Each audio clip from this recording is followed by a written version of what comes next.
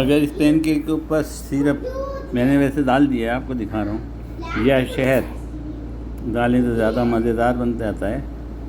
और ये मैंने बच्चों के से और अपने वाले पे भी सिरप डाल दिया या शहद डालिए, और ज़बरदस्त खाने में मज़ा, ज़िंदगी का मज़ा। मेरी ये छोटी दूसरी पोती बैठी हुई मेरे साथ और मस्तियाँ कर रही हैं, यही पैनकेक खाने बोल रही हैं।